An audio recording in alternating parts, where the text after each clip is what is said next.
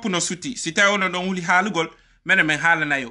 ko woni nene probléme e baba probléme o fof ko réseau sociaux ɗo ko barwayti kon kanko woni nene mum e baba mum ko kanko atti yaltinde ko debbo wirtiɗo ko kanko atti enregistrede debbo ɗo et puis kadi rewɓe yimɓe jombaɓe kadi ko kanko atti hollugol yimɓe ko no yennite kanko woni ƴettude mbuɗi jonna pay ko yo yennu mawɓe yimɓe ko kanko woni ƴettude yimɓe wonɓe yennude Alaji Soumani Salloua en wonɓe yennude coordination wonɓe yennude IFDG wonɓe yennude communauté on ko ɓe wono ƴettude waɗa ko page makko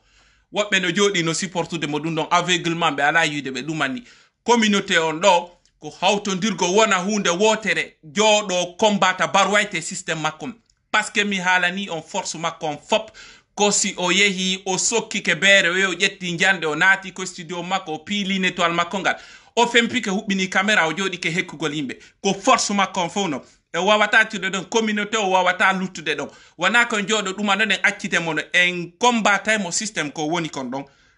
ta goto il faut que ƴetten on logique ɗon ƴetten on chemin ɗon daren no combattirenmo fiyon ɗon par ce que si continue ni o ƴette fop o naɓa fop e plan makko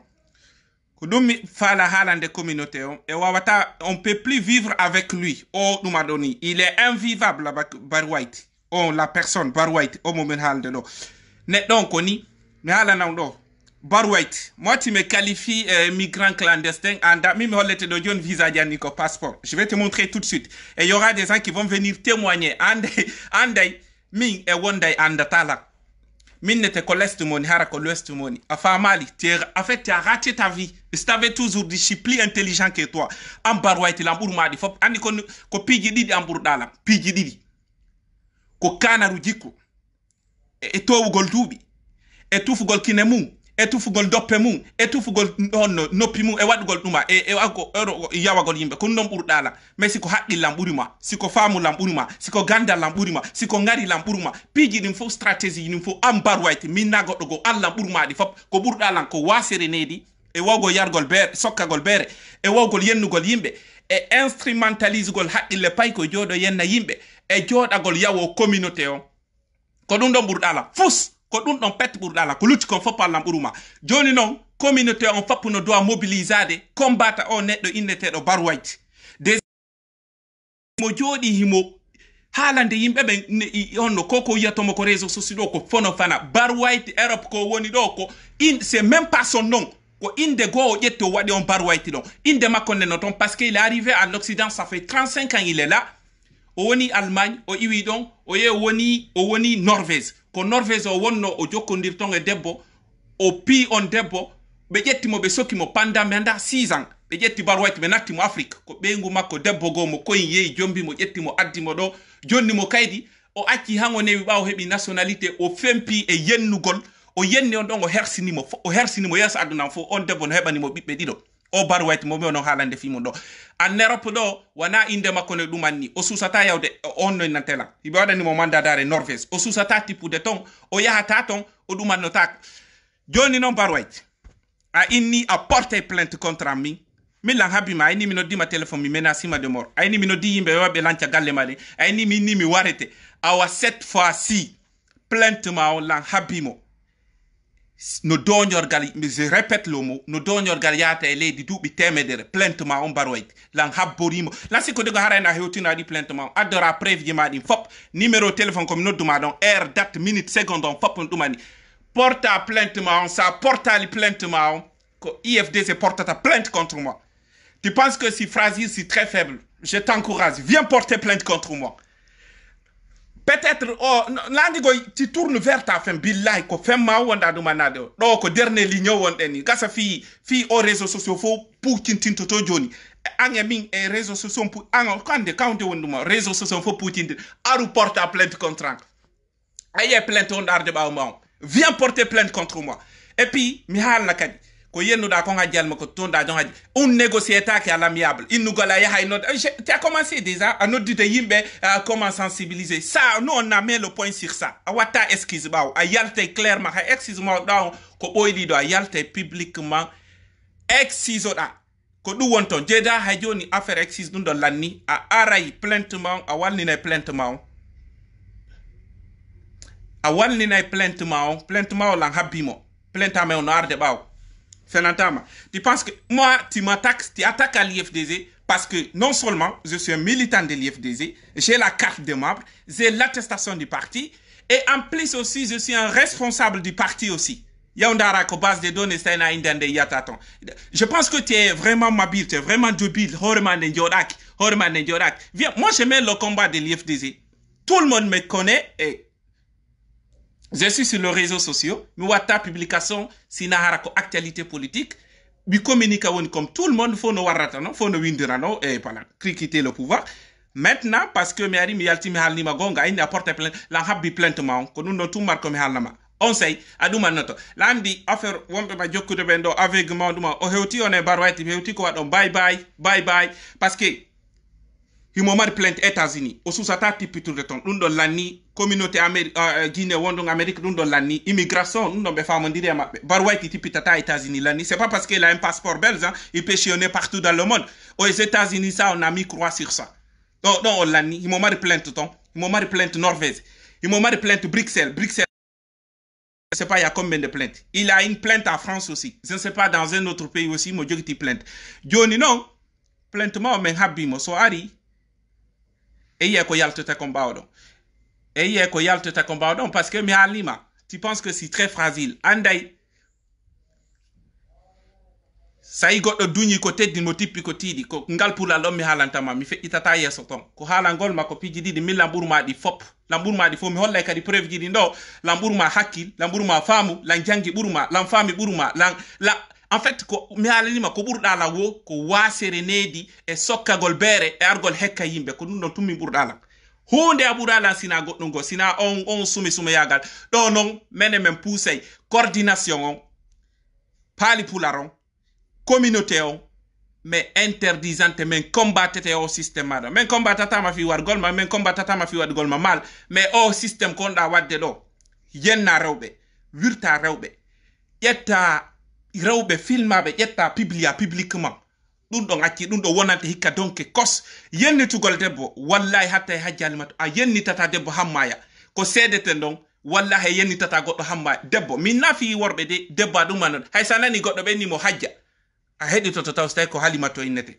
ɗum ɗon hatti kos hattante wonante donc kos ça sera ta dernière fois yennitugol ɗuma aye ko seedeten ɗo j'attends ta plainte mi halima mi répétata ɓuri ɗum ɗon ɓuri 4 fois donc ɗawa yaddude plainte ma o haray min habbima de voilà no ɗumanni wo kadi min jaɓaymo e min ɗumanno kadi ko addora preuve ji ma ɗin fo déjà contact dit, je pense peut-être dans quelques temps il y a une notification dit attends, je vais appeler quelqu'un, lui va témoigner directement quand je suis voilà, si j'arrive ici destinement, mais ma note si la personne est toujours là mais ala non mais on en qualité dit ni kono mi buri ribarwait mais je parle pas mais ala tatu harako halu goltum preuve dit faut pour l'anjogiti.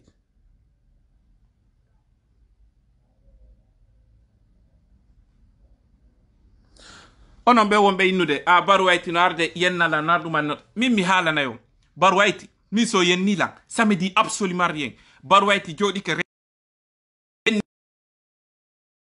mamube o yenni communauté on fu be ngu makko hebando mo bibbe duma makko célébrité makko ko don base makko ko don pisimo ko parce que fondo hari o yaltino video ari jama duda Facebook o jama wata profit don be nguma ko yawdo ittimo Afrique hari fuso ala yettimo addimo do jonni mo kaydi dumani mo fo o yi ko yaltino o lili mo yeso aduna Allah fop ha minya makko nene goto debbo parce que gorko hebata ko yidi do après nene ma be nguma sina minya ma debbo jodi Facebook fibe mari problème famille o fempi o yenni on do publiquement fop no suti o ni on kambe on be landi aduna wo mo ni se ko be wonani nene goto kere min ko halata goddum ka haccate du ala mo yi wo o yenne ala mo dumani wo yenne ko neddo mo ala barki o mon do yude ko neddo hudado billahi wala barki fendo be yennuno nene makko do barwayti mi halnama fendo nene ma yennano do nene ma nano yewtata téléphone nene ma nano yewtata téléphone na onon to moɓodiri ƴetti mbudi yeyi sodi dammi yeyi inni be hirsu joni be joja yumiraɓe no yewtata ha coupe da be 2 semaines on ala yewtude sina on say en sorti da be wonbe takoma tan ko réseaux sociaux be jetti mbudi be cotise be hirsi dammol be jeji yumirabe be ne be mobi mamu ben ton fo causa ton be jeji yumirabe si be jabi en fait ko wondo ma sivude ko woni ala famu angon ça veut dire barke ala ko aden hudado parce que hida fempi do hida dumanade ndanyande nene ma nawna lo kombo oyin nene ma ko nawni do wo so data lik si tay non neddo waddo do barki no wada ni piji do ha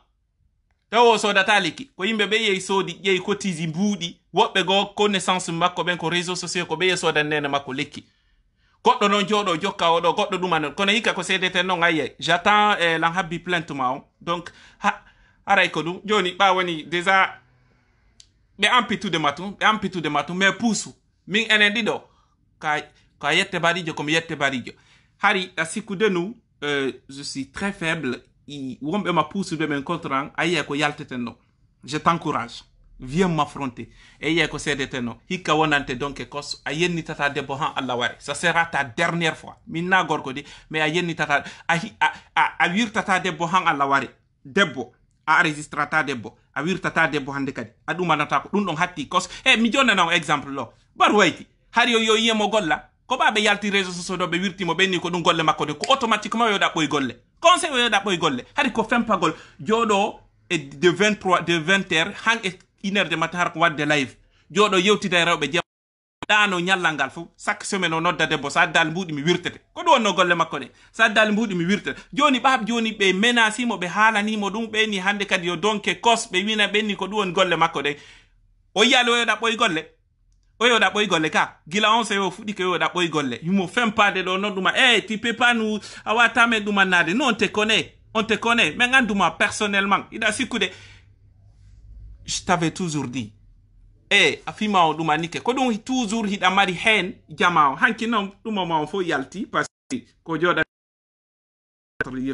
pas duma la preuve elle est là même la presse même les sites internet indiquent si ton chronique info ils ont noté duma le protocole de la présidence vous êtes en contact je sais ce que vous avez parlé de moi et tant d'autres personnes mais bon de toutes les façons c'est des choses que je ne calcule pas parce que j'ai affronté de la police et la gendarmerie en pleine manifestation wana godogom hulata wana hay godogom hulata mi halando avant que mi dumanade mi noddude oya mi hollando ko honno mi buriri barwayti mi hollando si tay odo doit ka combatede e leñol men gol si tay odo no doit luttude tay odo doit luttude min ko mi nisi tun ko honno min e odo men andindiri ko honno Allah wo min e o men andindiri ko honno tawa kadi ko bari o yetta ko bari mi yetta ko non tu wala sunnude ko non tu mettilan ko no bi o ma layti barke mo harako min o dum annoto billahi ko non tu minisi mais bon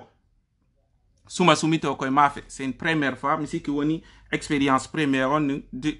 joni dum mi hollan do ko honno mi hollan lam buri modi fo pet maji o barwait ko burla wo ko wasere nede to wadubi ida fempi do tu as 59 ans tu parles avec moi tu as 59 ans e yinde yimbe yenna tu as 59 j'ai même pas la moitié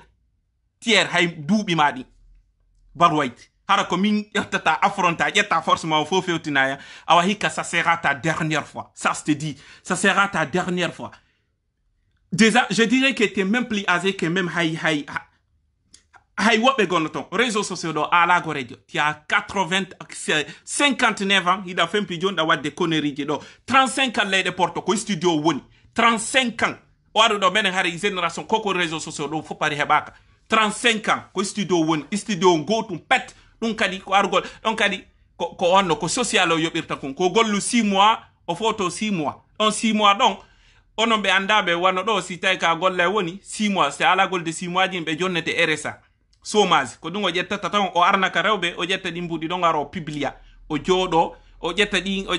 duma don ara o soda téléphone o soda cionci o fempo wada gol dum o holla yimbe mo mari ko dum har ko hekkugol tum ko dum non ton force makko ko yoto himo mari do mo dumani ko rewbe tun sodan tam won dum Amerique won dum Europe ko dum non pet hala ko dum bar wati mari ko dum wobbe no jodi na grand no wadiri ni kono mari ala ne yahe ko makko koza yahe ko makko yon sudu ko wo ko darni ko na sudu ma hayna kanko darni sudu ko ciuru ndo ko fami mabbe on ton darni mo jodo hekkugol lo jama ina ko kanko darni fu so ala 35 ans ko studio mari 35 ans leyɗe porto mi tawi ɗo woɓɓe mi yiɗo woɓɓe billahi ko 10 ans ɓe mari ɓe marani hoore maɓɓe appartement 35 ans. Mais c'est génial de ta part. Sincèrement, voilà, je vais vous montrer pourquoi ce type-là, moi je vais montrer d'abord si tawi oɗo duwaka combattede ko leñol men oɗo si tawi o duwaka combattede ko leñol men oɗo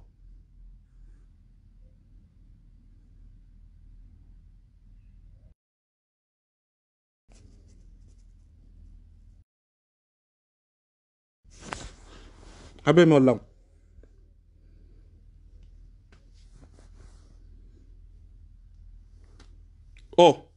ndare oɗo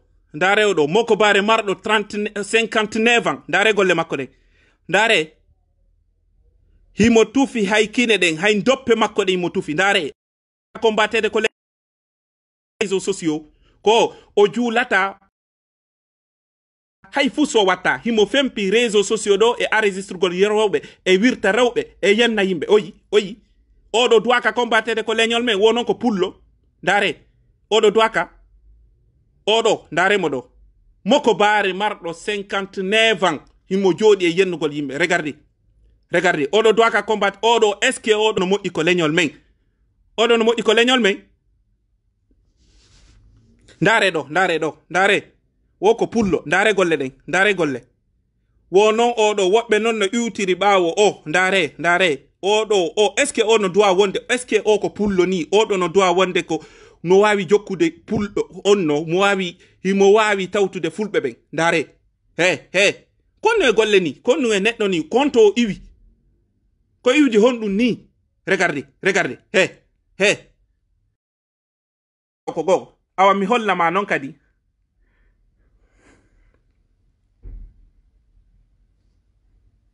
o photo ɗo yalta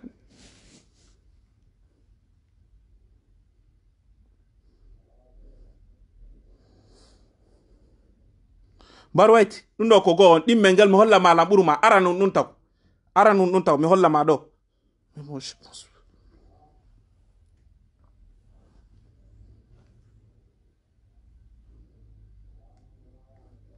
habelan seeɗa nani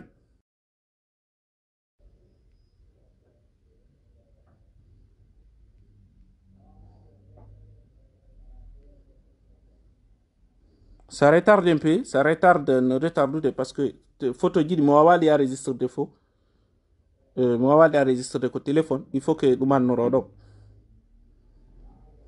Oui, comme mi barwaiti ni ndare men do. Hay juutugol taw aran ndul lamburimo. Do juutugol gol o yi do ko fewndo tumbe andindino, fewndo tumbe andindino e keferon. Et Allah arrêtez de m'appeler là. Oui. Oui. Oyi min o namen jikku gotum malgré ono wonɓe innude men andidiri oyi haylan juuti ɓurimo ɗo no mi daraki mi fewi de himo watti le paɗe montante aide moi grandir on oyi lan juuti ɓurimo ɗo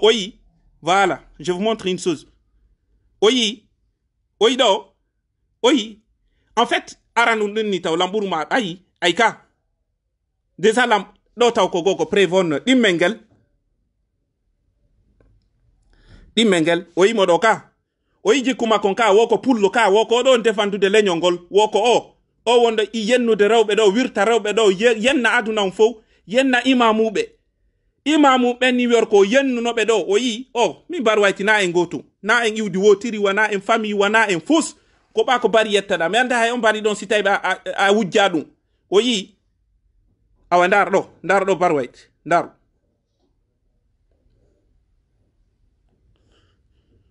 min o ko men gotum ndare lan ɗo ndaro mo ɗo so tawi min o ko men gotum min e est ce que min e ko men gotum ndare lan ɗo ɓiɗɗo pullo ko ni wata ndaru putoru ndu tina en gotum barwayti ka ndaru ɗo est ce que enen ɗiɗo koyen naɓiduɓe koyen gotum koyen jikku goto o yilan ɗo ka ko non joɗoto yennalan ko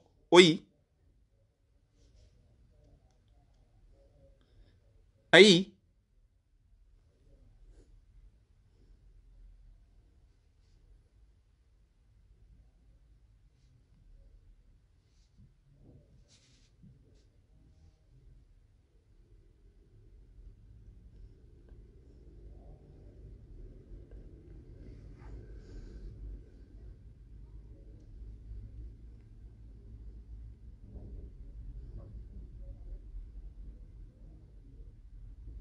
abe min oɗo komin gotu min o komin gotu ndare komi compare moƴƴa komi watti putoru ndun ɗon e ko barwayti won ɗo est ce que min o komin gotu est ce que min o komin gotu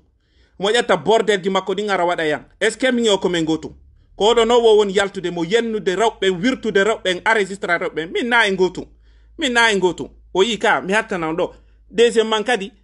oɗo kadi mi holla on ɗo dernière photo on haran ɗum annaki o yi wonon ko oɗo yennimo nene wirtimo aduna on fo yehi filmimo yehi inni sokaymo o ari o yiltiti o ƴettimo o ko o yennimo nene o yi mo ƴettimo ɗo ɓiɗɗo pullo fop ko tuwa atani regardez ndare oɗo fop nandi histoire maɓɓen ko ɓe seddi ɗon he regardez ndare moƴƴa non c'est pas la peine billahi c'est pas la peine hey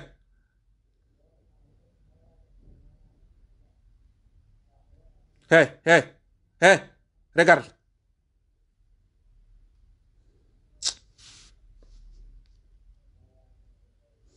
barwayti ko alangol ma ako ɗum minnuma alam ɓurmaɗi fop ko ɓurɗa ala wo ko towugol duuɓi e wasere needi e sokkagol beere e arresiskol rewɓe e jokkugol ɓeygol yimɓe ko ɗum ɗon pet ɓurɗala e joɗagol hekka e aduna ko ɗum ɗon pet hay fus a ɓura goɗɗo ko réseau hay fus a ɓura goɗɗo ko vie quotidien ɗo hay hunde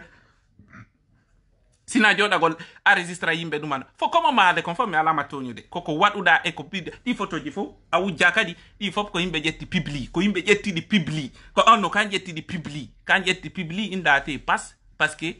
a ala en fait andi si goɗɗo kadi woni tawi ala mawɓe tawi kadi honno nantelan faamu ala ko kañum jeeyi hoore mum ko kañum yeeyi hoore mum ko sifa ɗi bordelji piiji ɗo ko sifa ɗum ɗo wonta golle awa komi haalantama kon hikka wonante donke kos yennitugol ha jalimatu ɗum ɗo c'est fini c'est terminé et j'attends ta plainte sa porte plainte contre IFDG portuɗa plainte wona fi goɗɗo go lan habbi plainte ma on ayni mi noddi téléphone minni mi warete mini yimɓe yaawi bo sunna suudu ma ɗuman no adde preuve ji ɗin fop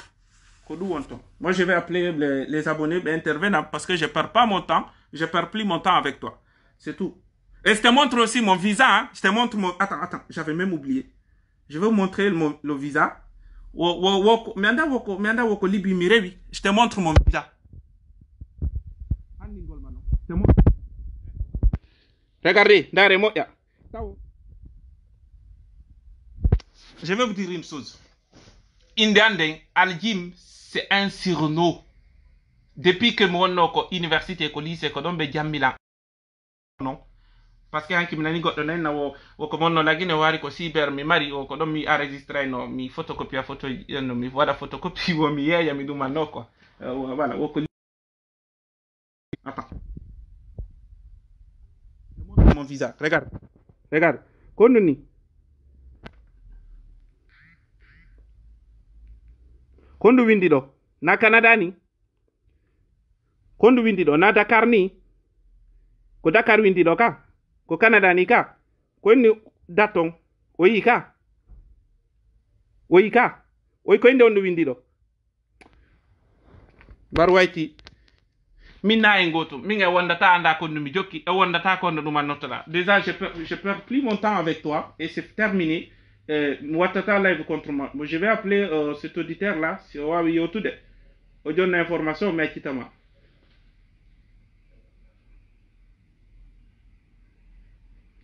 Oui, allô? Allô? Oui, bro, comment est-ce? Allô, oui. Oh, je suis en ligne. Dawa yewtude. Dawa yalde la hettima. Oui. Ok, merci.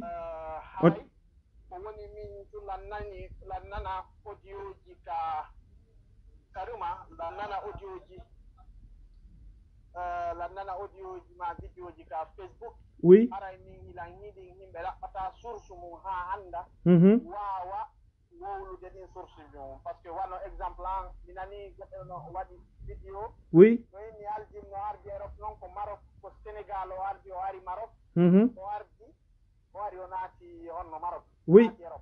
non woko Italie woko Libi mi rewi de ka ko mi andi kon parce que ɗum noon ko réel hina ko mi ɗuman noon oui oui voilà ɗum noon millan andi iwɗa guine arɗa Sénégal yiwɗa Sénégal arɗa Afrique du Sud exactement Afrique du Sud yawɗa Japon yiwɗa Japon artuɗa France exactement arɗa France yande iwata Japon ara France e yewtuno hay daka nder avion ah avec une vidéo non e wono vidéo e puis la joguiti kadi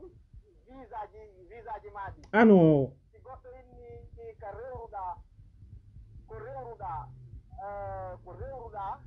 kaka nder ndiyar ko rewruɗa haray on tigi wowli haray o feni haray o ala preuve woldena ko clandestin natuɗa donc haray o ala gonga o wowlu ɗum wowlugol fi on tigi no faala wowlugol oui mais haray ɗum non c'est condamnable, c'est pas bien. Les gens doivent tester ça d'abord à savoir ce qui est passé avant de raconter n'importe quoi. Je ferai un commentaire. Tu as pas fait pour venir. Tu as fait, je pense, 10 jours au Japon. Et puis, Japon, tu venais. Tu avais un visa de Portugal. non Avant de partir, si je ne me trompe pas. oui mais c'est tout à fait j'ai tous les visas en fait j'ai pas le passeport avec moi mais j'ai tous les visas ji ne faut la jogiti mais bon Andy il pense qu'il va me dénigrer ɗuman aba je m'en fous Barouaiti ça o wonɗo haalde ɗo sive mo moƴƴa o ɗo je vous assure ko leyɗe arabe o woni déjà o yehi makka o ara rowan hono l'année dernière harimo o yawno umra on wona neɗɗo allo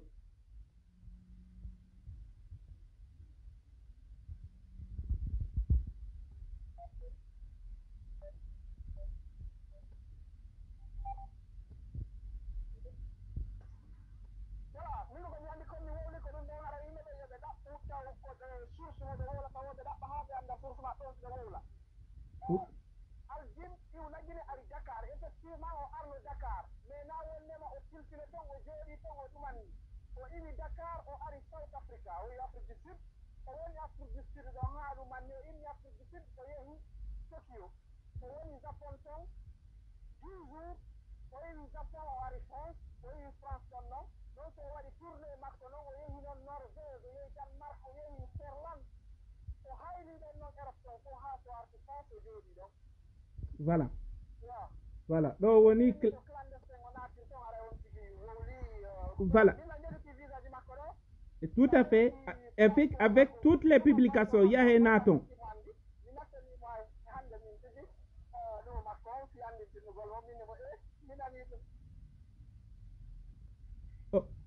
abonomi allama o wonɗo haalde ɗo tout à fait et puis je leur explique une chose o wonɗo haalde ɗo ko billahi wana IFDG o woni so ko parti Makanera o woni actuellement Makanera bon il est à la solde du pouvoir c'est lui le coordinateur de la cellule de communication du parti de Makanera o wonɗo haalde ɗo politiquement on est opposé mais c'est parce que o yi ko woni ɗumannade ko toñeɗen o yalti o yi ka are bro merci beaucoup ton intervention